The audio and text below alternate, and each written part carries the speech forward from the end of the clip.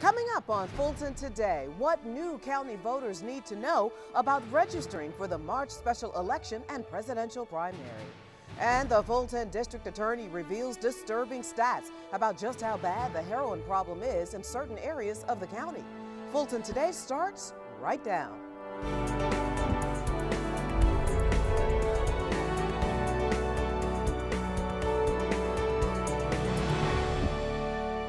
Welcome to Fulton Today, everyone. I'm Shania Chavis Rucker. If you are planning on voting in the March 1st presidential primary and you are a new Fulton County voter, then listen up.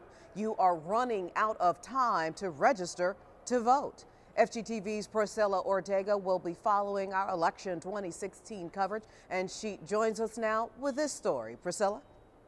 Next week is the deadline to register for the March 1st presidential primary and City of Atlanta special elections. Now you can register before the February 1st deadline in person and online. This is a big year for voting, with the presidential election and many local elections taking place. The first step residents need to take is to make sure they're registered. Voters can register to vote either through the GA Votes app on their smartphone. They can go to any one of our 3 offices. In addition, city halls, libraries have applications. They can also register to vote online at the Secretary of State's website.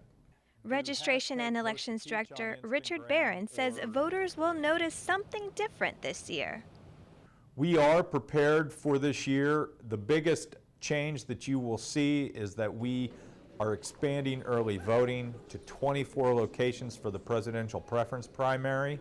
Early voting for the presidential primary runs for 3 weeks, including weekends, starting February 8th. Each commission district will have 4 early voting locations, so residents will have plenty of choices on where to vote early. That means shorter lines. If a voter has any issues during early voting, we can resolve those easier during early voting than we can on election day. Following the presidential primary, there will be another primary race in May for other local, county, and state races. Registration and elections officials are also encouraging early voters to take part in the Post the Peach campaign. That's where early voters take a picture of themselves and put the picture on their Instagram or Twitter with the hashtag #PostThePeach.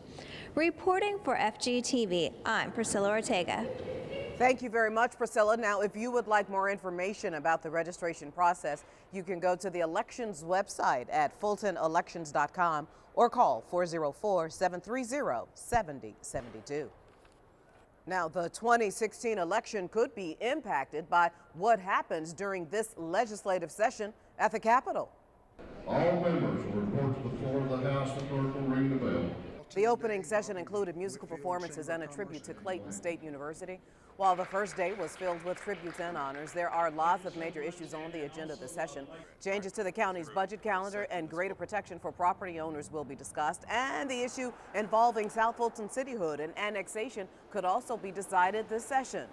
In South Fulton, we have seen Representative Roger Bruce try to create South Fulton City. This would create a city in the last unincorporated area of our county. And on other issues, we've seen some tax bills come out dealing with homestead exemptions. Senate Bill 259 in specific would create a floating homestead exemption, homestead tax exemption. And right now that is resting with the Senate Finance Committee, so we're waiting to see what the Senate Finance Committee has to say about that. Lawmakers hope to adjourn by March 24th to focus on re-election campaigns. Fulton officials joined forces to address what it now knows for sure is a major crisis in the county. Now, last year, Fulton County's chairman hosted a series of crime and safety summits where parents repeatedly expressed concern about the heroin problem in the county. Well, the Fulton County District Attorney commissioned a study to take a look at the numbers, and the numbers are staggering. FGTV's Daryl Carver has this story. District Attorney Paul Howard released the results of his study on the heroin problem in Fulton County at the Lindsay Street Baptist Church in Northwest Atlanta. The reason that we are here at Lindsay Street is because the report shows that 25% of the young people who died as a result of heroin-related deaths, 25% of that population died right here in this community in 2 zip codes, 30314 and 30318. Fulton County and the City of Atlanta Police Department joined forces last year to try to eliminate the heroin problem in the Northwest Atlanta community. During a town hall meeting in North Fulton last year, many parents brought up the issue of heroin use by their children. Some of those parents attended the session at the Lindsay Street Church and spoke about the tragic results of that drug use. In the early hours of March 3rd, 2014, our daughter Chelsea Ivana was injected with heroin by a friend, and she immediately went into medical distress. The effects of the heroin took our daughter's last breath. We lost Chelsea that day to heroin, but we had no idea until we received the medical examiner's report what it caused her death. We were shocked to learn that Chelsea had died from a heroin overdose. There was no evidence of drug use in her life. Other mothers consider themselves lucky because their child is still alive, but paying the consequences of using the drug. My son Daniel is inmate number 1,946-150. He's currently serving a 15-year mandatory minimum sentence in Central State Prison in Macon, Georgia. Police held several raids and made several arrests in the English Avenue area last year. 19 alleged drug offenders were to participate in a federal rehabilitation program called Drug Market Intervention, or DMI. However, Fulton County is not the only city impacted by the drug epidemic. The mayor of Rutland, Vermont was at the meeting and talked about how the addiction has affected his city. But this insidious disease that we came to find was tearing families apart, creating chaos in our neighborhoods, creating trauma in our schools and on our streets. It had snuck up on us, hidden behind closed doors, spoken of in whispers. And by the time we recognized that we had a problem, it had gotten to a crisis. Public safety officers, city officials, parents, and community leaders all pledged to do their part to fight the life-destroying addiction. There was a briefing in terms of the data, the stats, the number of people who've died over the past several years, which is startling, but more importantly, a plan of action, how educators and law enforcement, mental health providers, and substance abuse treatment centers can collaboratively address this issue and have a downward trend. There are too many deaths, too many activities that are going on, and we're going to reverse these numbers, reverse the tide, and make our community more whole. Reporting for FGTV, I'm Daryl Carver. Thank you very much. Well, there is a new attorney handling the county's business. Welcome to Attorney Fulton Patrice County Perkins Hooker is officially the new county attorney. Ms. Perkins Hooker has more than 20 years experience as a practicing attorney. She has served as vice president and general counsel for the Atlanta Beltline and president of the State Bar of Georgia. As the county attorney, I'm responsible for all of the civil litigation and representation transactional issues that the county engages in. So I'm responsible for making certain we support the departments that run the county, from everyone from the jail all the way to the tax commissioner, with police as well as real estate, everybody in between. We support everybody to try to make certain that the county runs consistent with the legal rules, regulations, and statutes. The responsibilities of the county attorney range from preparing governmental contracts to reviewing resolutions for the Board of Commissioners. And in other county news. All right, let's vote, please. Letter L, that motion passes. 6 yeas, 0 nays. The Board of Commissioners approves its spending plan for 2016. The $669 million budget focuses on services that are a part of the board's new strategic plan. $5 million will be used for a new justice program to help reduce the jail population, $20 million for capital improvement of county offices and facilities, $5 million for technology, $4 million for transportation projects in South Fulton, along with other safety measures like body cameras and dash cameras for the police department. The spending plan also includes even funding to address employee wages. And we'll have much more on the budget next week, right here on Fulton Today. And when we come back, honoring a king. Stay with us.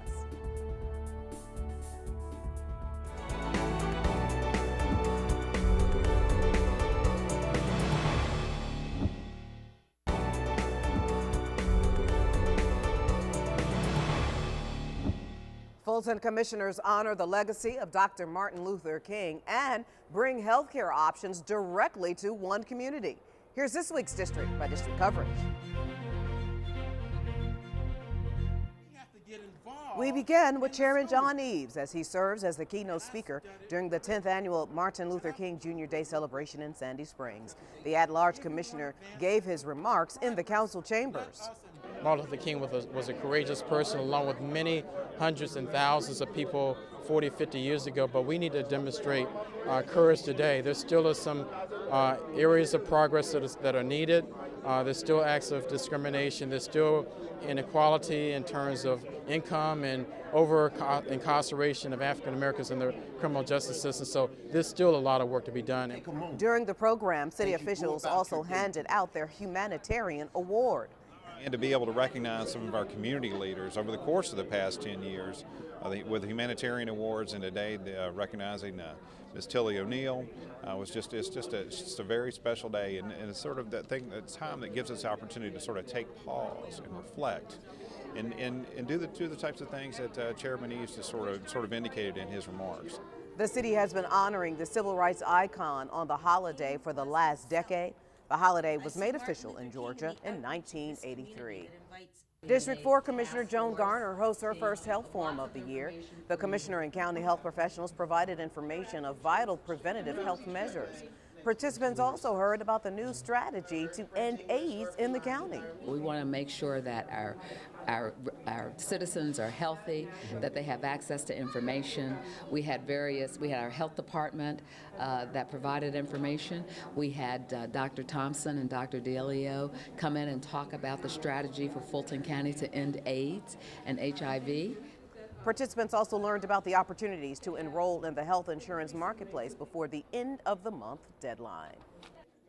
District 6 Commissioner Emma I. Darnell speaks to civic, business, and community leaders. The commissioner was the keynote speaker at the first monthly South Fulton Chamber Luncheon of the year. We are deeply honored to have an opportunity to join and to share with members of the South Fulton Chamber today.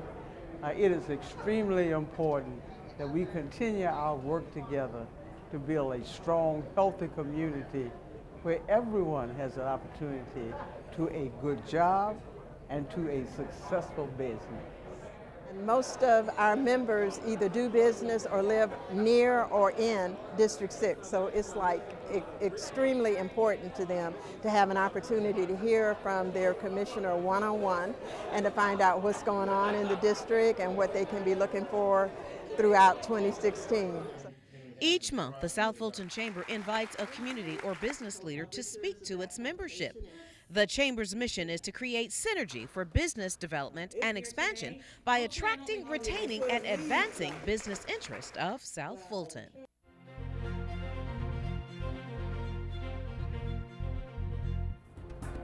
Now you can catch more of your commissioners at work all this week with the rebroadcast of the Board of Commissioners meeting right here on FGTV. And when we come back, what the county is doing to end human trafficking. Stay with us.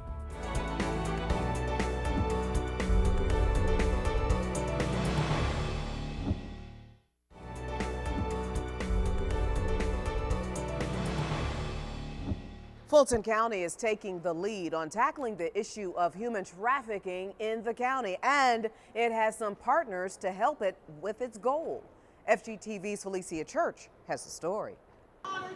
In the sea of red dresses came a sea of support for victims of human trafficking in the Fulton County area. One after another, women from Delta Sigma Theta Sorority Incorporated poured toiletry items in several boxes and bags at the McCormick and Schmick's restaurant luncheon. It was the public service organization's way of giving back on their 103rd anniversary.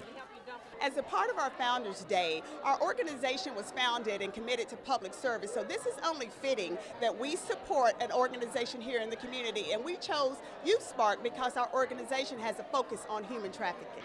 The gesture and gifts were given to Youth Spark, a 501c3 organization based in the Fulton County Juvenile Court. The nonprofit serves exploited, abused, and neglected youth who often are without the basic needs like these. The work that we do on the ground for children who are at risk and abused and exploited, we can't do it without the help of the community. And many times we take the basic needs of life for granted and the basic necessities. And so organizations like this one here today really helps us to achieve our mission and help a family in need.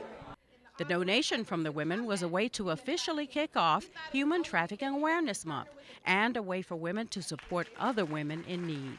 In the meantime, Jennifer Swain says Youth Spark is also looking for help from state legislators and voters to get the Fulton County victims of this crime the help and assistance they need. Right now, all of our advocacy efforts are going toward making sure that the SR7 ballot measure will pass, and that will provide funds for victims throughout the state, and that money will be on the ballot in November, and we want to make sure that everybody can vote yes for SR7.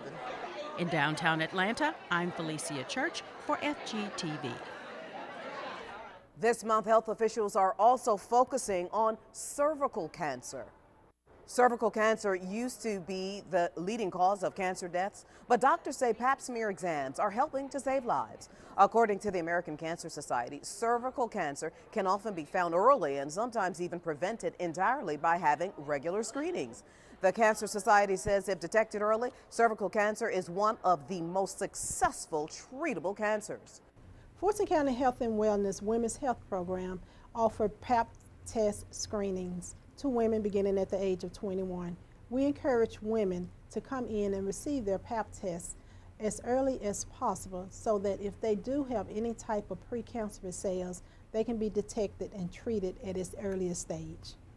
More information on getting a pap smear at any of the county clinics, you can call Health Services at 404-612-1211. An online exercise program is being revamped to better serve residents.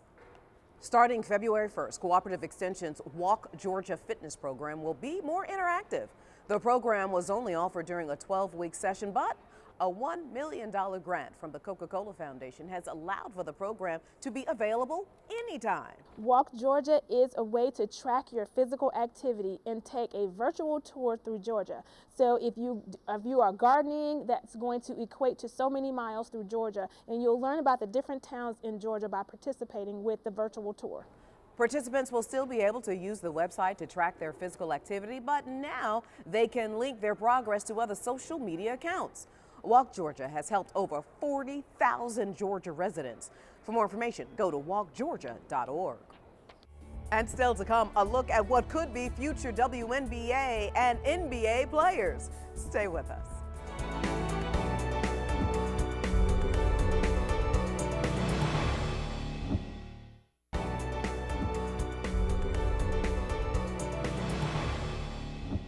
Well, the Atlanta Hawks Foundation teams up once again with Fulton County's Parks and Recreations Department. During the Junior Hawks MLK Classic, boys and girls teams faced off in a tournament. 48 All-Star County players in 5th to 8th grades were selected to participate in this year's event. We're able to pull kids from all centers and put them together, let them play together, meet new kids that they wouldn't ordinarily meet. Those who were chosen to participate in the event have talent on the court and excellence off the court with good grades. Being here today is a lot of fun for me, especially dealing with kids, because I've always done that, and I think the kids today need to have a settling influence on what they're trying to do and what they want to do in life. Players received Hawks jerseys and other memorabilia, as well as tickets to a game. The tournament is part of the Parks and Recreations Department's partnership with the Atlanta Hawks Foundation. And finally, Fulton County seniors make their annual predictions for the highly anticipated Super Bowl game. Members of the Darnell Senior Multipurpose Facility gathered for their annual Super Bowl Talks event. The lively conversations from the sports aficionados debated who they think will win Super Bowl 50. I like Cam Newton. I like the Panthers. And I'm sick and tired of New England winning. To me, Carolina is well constructed. Took some time to put that team together over there. Participants also have a chance to guess what the final score will be for the big game on February 7th. And before we go, our reminder that we'd like to connect with you online. Check us out on Facebook, Twitter, and Instagram, and of course, anytime on our YouTube channel. Well, that does it for this edition of Fulton Today. I'm Shania Chavis-Rucker. Thank you so much for watching. Join us each week for news around and about Fulton County.